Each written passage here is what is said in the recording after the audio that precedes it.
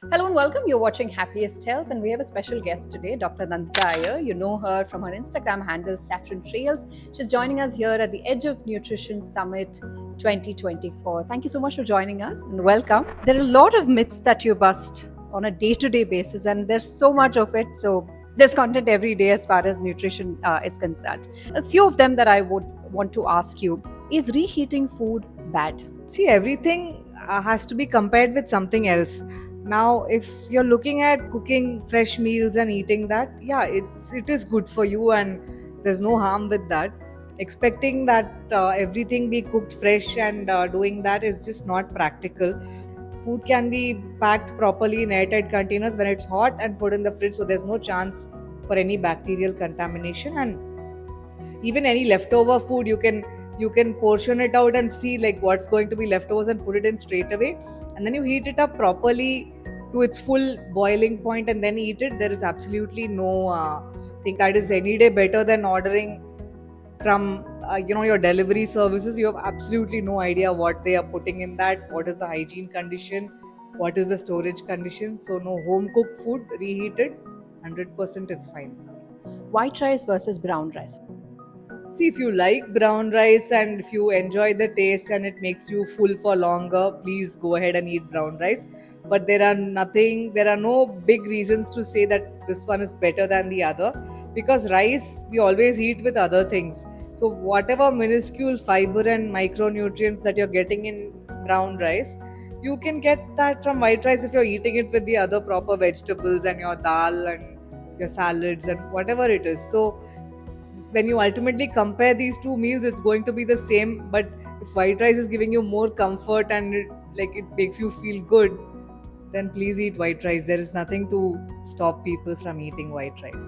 Vessels and non-stick tawa and all of these causing cancer. So I don't think we can see things in such absolute terms. Yes, if you are scraping that same non-stick pan for like 50 years and you've literally consumed all of that, even then Teflon is inert material. It's not going to be absorbed by your body, it will be passed out. So if you can manage to cook in stainless steel, cast iron, it's fine, you can do that.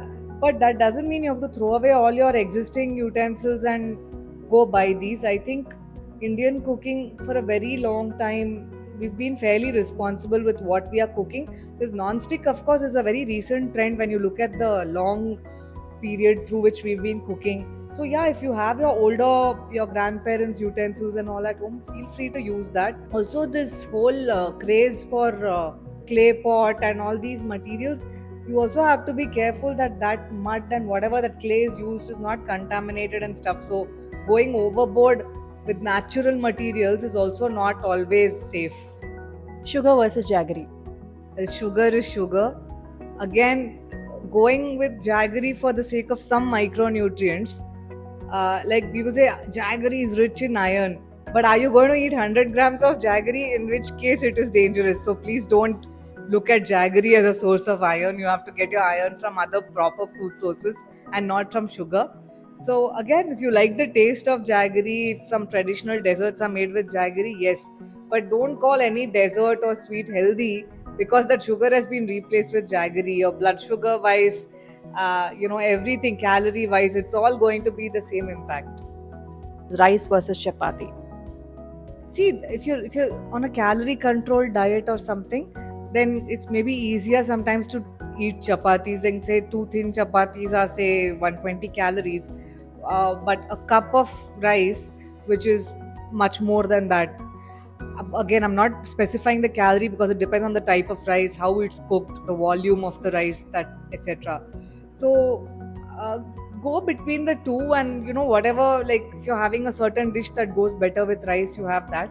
I would not choose one over the other. You can keep alternating between these things.